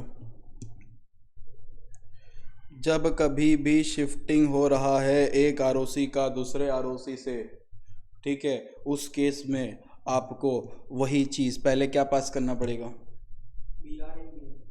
BR एट BM। वो तो स्टेप लगेगा ही। फिर किससे पूछना पड़ेगा, पास करना पड़ेगा, क्या बोलो, SR इन GM। फिर सुन लो सुन लो सुन लो सुन लो, वो तो 2 ठाई। अब क्योंकि औकात बढ़ चुके, एक आरओसी से दूसरे आरओसी जा रहे हैं, आपको अप्रूवल लेना पड़ेगा। अप्रूवल फ्रॉम किससे लेंगे, रीजनल डायरेक्टर। अब मत बोलना रीजनल डायरेक्टर नहीं पढ़ाए थे, पढ़ाए थे कि नहीं। मिनिस्ट्री ऑफ कॉर्पोरेट अफेयर वो लोग अपॉइंट करता है 7 रीजनल डायरेक्टर्स को, याद आ रहा है, 7 रीजनल डायरेक्टर को अपॉइंट करता है। अब उस रीजनल डायरेक्टर से आपको क्या लेना पड़ेगा, अप्रूवल। ये हम लोग के पापा लगते हैं, ऐसे बोले अप्रूवल दे रहे, हो जाएगा ऐसे। क्या लेना देना पड़ेगा इसको, इज्जत देना पड़ेगा। क्या देना पड़ेगा, इज्जत। यानी कि अप्रूवल लेने के लिए आपको क्या फाइल करना पड़ेगा, एप्लीकेशन देना पड़ेगा, चिट्ठी देना पड़ेगा। और एप्लीकेशन देना है उसको inform number, inform number 23, inform number INC 23, inform number INC 23। Done है क्या। अप्रूवल लेना है, क्या देना पड़ेगा, क्या देना पड़ेगा, एप्लीकेशन, इनफॉर्म नंबर INC 23। सुनो, ये रहा एप्लीकेशन दे रहे, क्या दे रहे बोलो, एप्लीकेशन। तुम दिए एप्लीकेशन किस फॉर्म में, तुम दिए एप्लीकेशन किस फॉर्म में बोलो, INC 23 में। तुम दिए एप्लीकेशन किस फॉर्म में बोलो, INC 23 में। ये रहा INC 23 में हम लोग क्या दिए? अप्रूवल, मतलब एप्लीकेशन दिए कि अप्रूवल दो। किसको दिए? किसको? रीजनल डायरेक्टर को दे दिए, जमा हो गया। अब रीजनल डायरेक्टर अपना अप्रूवल भेजा, बोला हाँ चेंज कर लो, कर लो चेंज। क्या बोल रहा है? चेंज कर लो। समझ आ रहा है क्या बोल रहा है वो? चेंज कर लो, कर लो चेंज, कर लो, आराम से चेंज कर लो। हम बोले ठीक है कर लो। अब वो बोल सकता है मत करो, मत करो तो स्टेप खत्म, अब आगे कुछ बढ़ने नहीं है, वहीं बैठ जाओ जहां हो। अगर चेंज करने बोल रहा है तो चेंज करने बोला है तो ऑर्डर दिया होगा, यस यू कैन चेंज। इस ऑर्डर को, जो वो ऑर्डर दिया है, ये ऑर्डर है, ऑर्डर, इस ऑर्डर को, जो ये ऑर्डर दिया है, इस ऑर्डर को आरओसी के पास जमा करो। नहीं समझा? दोनों आरओसी के पास। समझ आ रहा है? दोनों आरओसी को देना पड़ेगा। समझ आ रहा है? ऑर्डर भेजा, ऑर्डर, ऑर्डर एक को भेजना है, अच्छा चलता हूँ दुआ में याद रखना, और एक को बोलना है आ रहा हूँ दुआ में अभी याद मत रखना, अभी आने दो। डन है क्या? जाने वाले को भी देना, आने वाले को भी देना। ऑर्डर क्या देना है? ऑर्डर। किसको? आरओसी को। ऑर्डर जो है ना बेटा, ऑर्डर, ये ऑर्डर देना इन form number INC 28, form number INC 28। अब आप बोलेंगे बहुत ही अत्याचार हो रहा है भैया, इतना फॉर्म्स है। हम लोग लिस्ट ऑफ फॉर्म मेंटेन कर रहे थे क्या? लिस्ट ऑफ फॉर्म मेंटेन कर रहे थे ना, करवाएंगे उसको।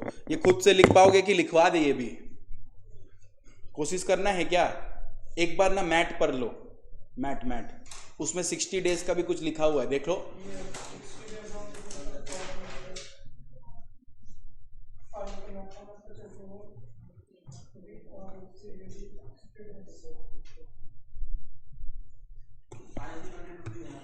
वो तो देना ही है भैया, शिफ्टिंग हो रहा है तो देना ही। अब तो उसका डिस्कशन ही खत्म हो गया। अभी हम यहाँ MGT 14 नहीं लिखे तो तुमको क्या बोलता? नहीं देना पड़ता। अब तो औकात बढ़ा दो, लेवल बढ़ा दो। अरे SR जा रहा है तो क्या जाएगा? MGT 14 है कि नहीं? और MGT 14 जाएगा और ROC चेंज भी होगा तो क्या जाएगा बोलो? INC 22 भी जाएगा ना?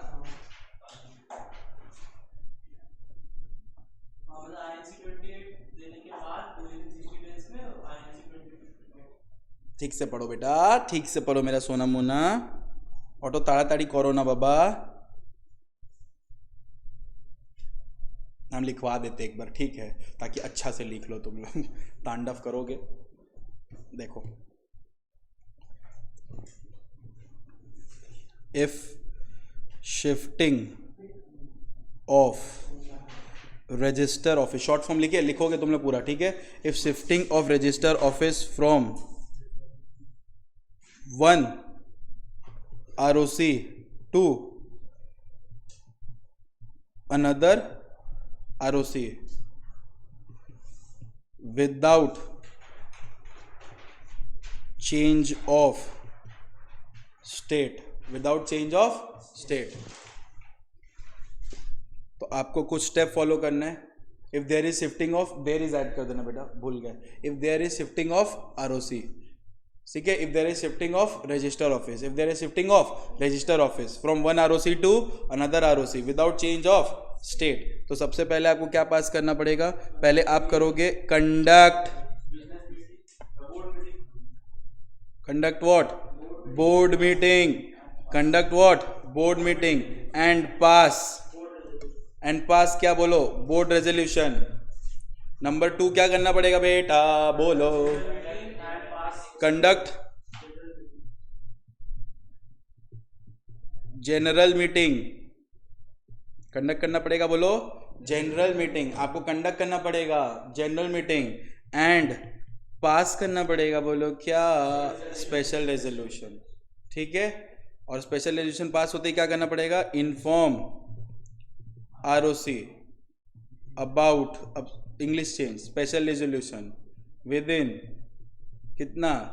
30 डेज, विद इन 30 days. Inform number, inform number MGT 14, इसमें नहीं था।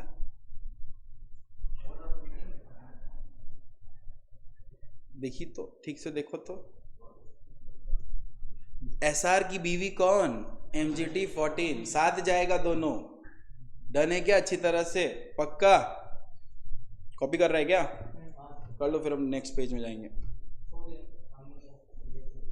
वही तो भेज रहे हैं, इसीलिए तो नेक्स्ट पेज में जा रहे हैं।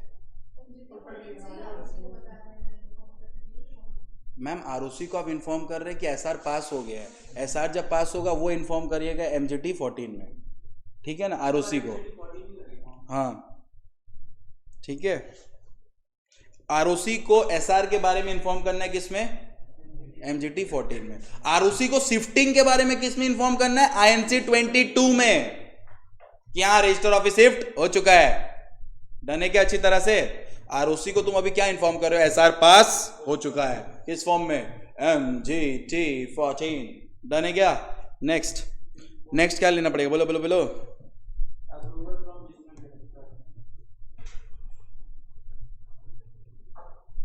Approval from regional director is required.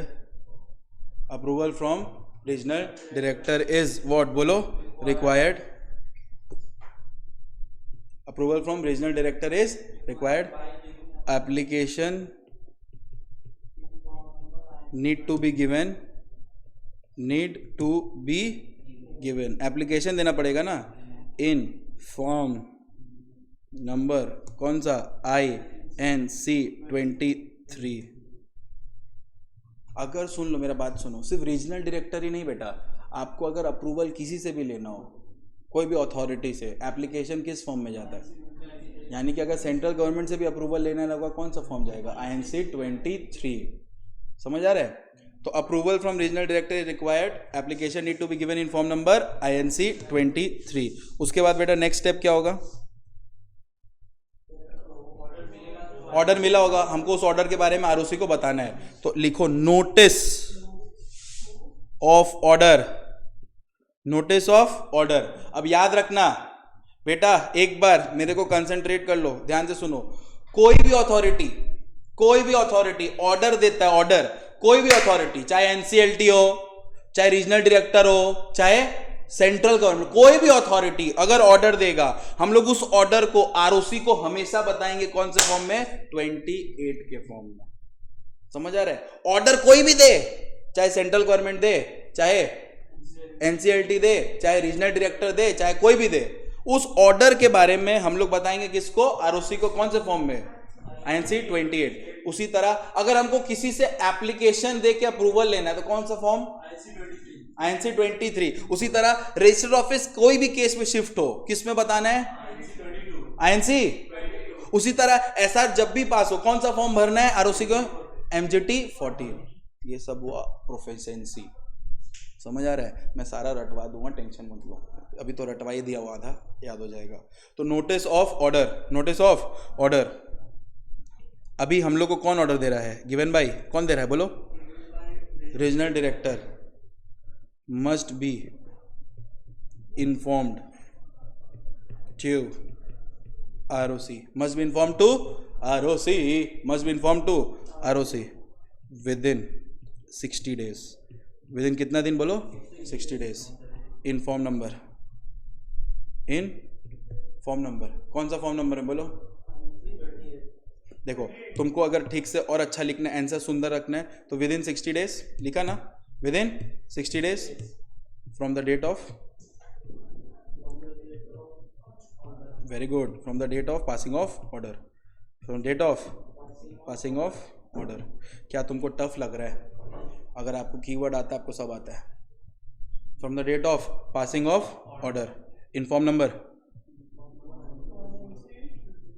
INC। अभी हम लोग इतना खट ले रहे हैं ना, आगे ना हम लोगों को लिखना नहीं पड़ेगा, फटाफट फिर कीवर्ड्स का यूज करना पता चल जाएगा। Inform number INC 28। डन है क्या? अब सुनो ना, वो लोग को 4 केस है, वो तुम लोग को 1 दे सकता है। मतलब आइदर पूछेगा बताओ law shifting of register office with in local limit, outside local limit, या 1 ROC टू अनदर ROC, या फिर फ्रॉम 1 स्टेट टू अनदर। अब तुमको बताते ये जैसा है ना, एकदम सेम है उसके तरह, ठीक है। From the date of passing of order in form number INC, बोलो ना 28। डन है क्या? और लास्ट क्या हो गया? आफ्टर शिफ्टिंग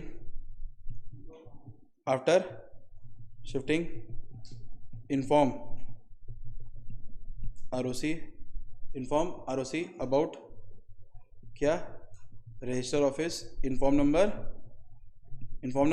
INC 22, ये तो जा रहा है INC 22 विद इन कितना दिन, 30 डेज, विद इन कितना दिन, 30 डेज।